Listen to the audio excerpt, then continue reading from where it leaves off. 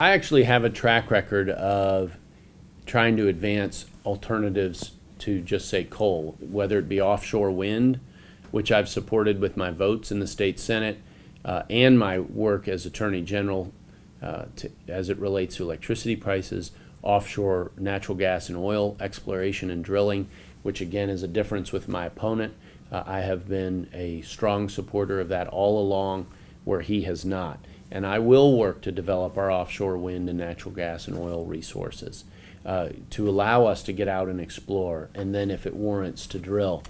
This is something even our Democrat senators support. There's bipartisan support for this, but my opponent hasn't been a consistent supporter of it. I have.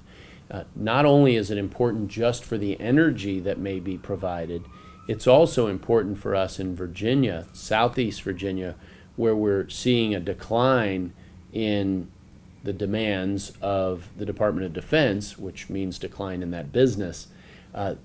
Becoming the center for offshore energy on the East Coast could really help add very valuable, high-paying jobs to the shipbuilding industry, diversifying, of course, but building an offshore rig isn't a lot different in terms of the capital requirements from building a ship. And we're way ahead of others on the East Coast in our ability to do that. So this is a tremendous jobs opportunity. It isn't just about getting the energy itself. It's about employing Virginians in good paying jobs across the Commonwealth as we grow our energy independence. And who among us wouldn't want to be buying gas and oil from people who would rather not kill us, which is what we get from the Middle East. So let's do Virginia's part to becoming energy independent by going offshore and exploring, as North Carolina and South Carolina want to do, as Congressman Ridgel is trying to lead the way and helping us do, as even our Democrat senators are supportive of. This is something that I have supported my entire tenure in the state Senate and as Attorney General, and we need an aggressive governor who will push the federal government on this, because pushing is what's going to be needed if we're going to push our way offshore to take advantage of all of our energy resources.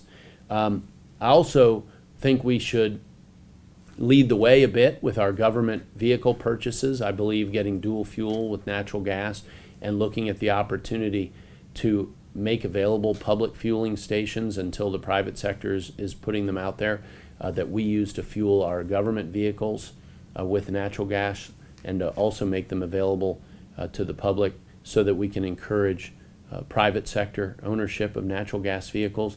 This also has an air quality impact because they pollute less. Not only are they cheaper to drive, but they pollute less than ordinary gasoline. For a place like Northern Virginia, where I live, which is a non-attainment zone, it allows us to improve our air quality in ways that free up pressure on us doing other things like admissions inspections and so forth. So that is another reason that we should go in that direction and lead in that direction. Of course, I also support efforts to expand nuclear, solar, geothermal, biomass, and we're doing some of those in Virginia on a free market basis, and with the research efforts of our universities, which are very important, but not in ways that raise your electric rates. I don't want to subsidize new forms of energy at the cost of our business competitiveness.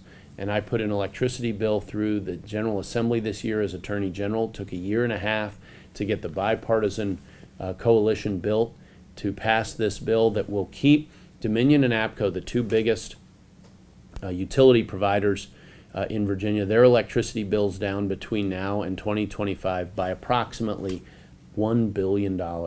And that makes us $1 billion more competitive between now and 2025 with all our sister states. That is state-to-state competitiveness. And I brought free market solutions to that that allow us to be more competitive for data centers, for manufacturing, for shipbuilding, for all of our energy-intensive uses. Virginia is now more competitive as a state because of the legislation I got passed last year. That's a direction I think we should continue to go.